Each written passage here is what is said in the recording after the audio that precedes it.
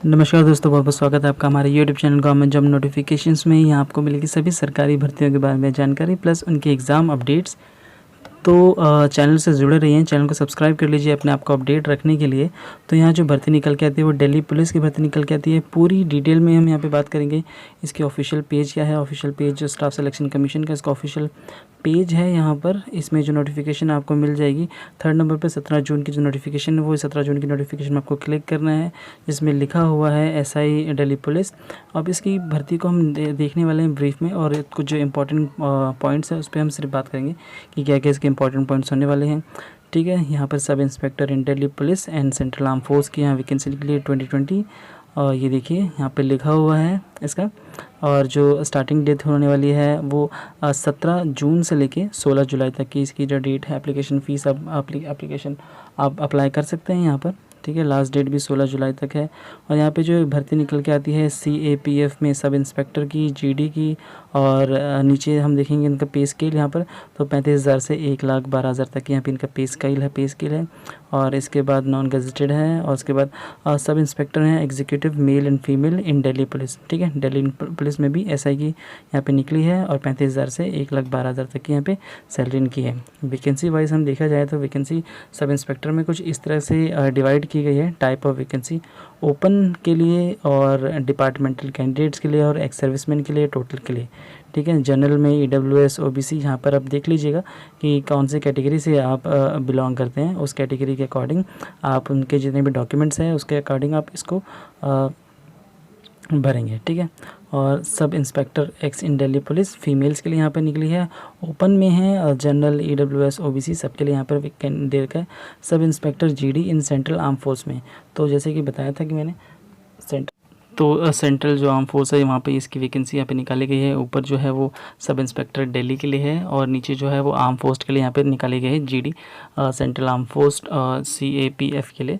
तो ठीक है, तो यहाँ पे CRPF के लिए है, BSF के लिए है, ITBP है, CISF जनरल में, और SSB की जो है वैकेंसी है वो निकाली गई है। अगर आप भरना चाहें तो इसमें से भी कोई भी वैकेंसी आप भर सकते हैं, जो भी एलिजिबल कैंडिडेट है। और सभी चीज़ों के लिए जितनी भी एलिजिबिलिटी है वो इसमें ग्रेजुएशन मांगी गई है। ठीक है, तो इन सब चीज़ों को आप देख लीजिएगा, जो भी आपकी डिज़ायर फील्ड है आप उसमें भर सकते हैं। अब नीचे हम इसमें और स्क्रॉल करेंगे तो सिटीजनशिप इंडियन होना चाहिए। एज लिमिट की बात करें तो 20 से 25 साल की एज लिमिट है, और रिलैक्सेशन दिया गया है ST SC के लिए 5 साल, OBC के लिए 3 साल, एक्स सर्विसमैन के लिए 3 साल का यहाँ पर रिलैक्सेशन दिया गया है यहाँ पर। ठीक है, एज लिमिट की बात करते हैं तो 20 से 25 साल की आपकी एज लिमिट होनी चाहिए। और यहाँ पे लिखा गया है कैंडिडेट बॉर्न नॉट बिफोर 2/1/1996। ठीक है, यहाँ पर तो ये जो चीज़ें हैं वो आपको अपने माइंड में रखनी है। अगर आप इस डेट के अंडर लाई करते हैं तभी आप इस फॉर्म को भरिए, अदरवाइज़ जो आप है अनएलिजिबल, आप एलिजिबल नहीं हो पाएंगे इस चीज़ के लिए। तो एजुकेशन क्वालिफ़िकेशन की यहाँ बात की जाए तो बैचलर डिग्री यहाँ पर मस्ट मांगी गई है एजुकेशन क्वालिफ़िकेशन में, क्योंकि सब इंस्पेक्टर की यहाँ वैकेंसी है। हाउ टू अप्लाई में ऑफिशियल वेबसाइट यहाँ पे दे रखा है, आप यहाँ से ऑफिशियल वेबसाइट पे क्लिक कर सकते हैं, और बेसिक डिटेल्स हैं। और एप्लीकेशन फ़ीस यहाँ पर 100 रुपये एप्लीकेशन फ़ीस यहाँ पे मांगी गई है। और यहाँ पर सेंटर ऑफ एग्ज़ामिनेशन आपको कोड दिया गया है, सेंटर और एड्रेस दिए गए हैं यहाँ पर सेंटर ऑफ एग्ज़ामिनेशन के। रीजन वाइज जो भी आपके रीजन होगा आपको देखना है और वो कोड में डालना है, और उसी अकॉर्डिंग आपका जो है एग्ज़ामिनेशन होगा। ठीक है, और बेस्ट पार्ट यहाँ पर क्या है कि आप किस तरह से आप अपना एग्ज़ामिनेशन, अपनी जो इसकी टेस्ट की है एग्ज़ाम की तैयारी यहाँ पे किस तरह से कर सकते हैं यहाँ पर। तो पेपर 1 और पेपर 2 में इसको डिवाइड किया गया है। पहले में क्या है कि पेपर 1 में आपको general intelligence, reasoning, general knowledge और क्वांटिटेटिव एप्टीट्यूड वगैरह, इंग्लिश वगैरह कॉम्प्रहेंसिव 50-50 नंबर के हैं, 2 घंटे का है, और ये आपको बहुत अच्छी तरह से प्रिपेयर करना है अगर आप पास होना चाहते हैं एग्ज़ाम में। सेकेंड पेपर पार्ट 2 का जो है वो इंग्लिश होगा, इंग्लिश लैंग्वेज एंड कॉम्प्रहेंसिव, जो कि 200 नंबर का और 2 आवर का यहाँ पर होगा। इसके अलावा भी जो है यहाँ पर कुछ रिलैक्सेशन दी गई है, यानी कि बोनस मार्क्स जो कि NCC कैंडिडेट को मिलती है।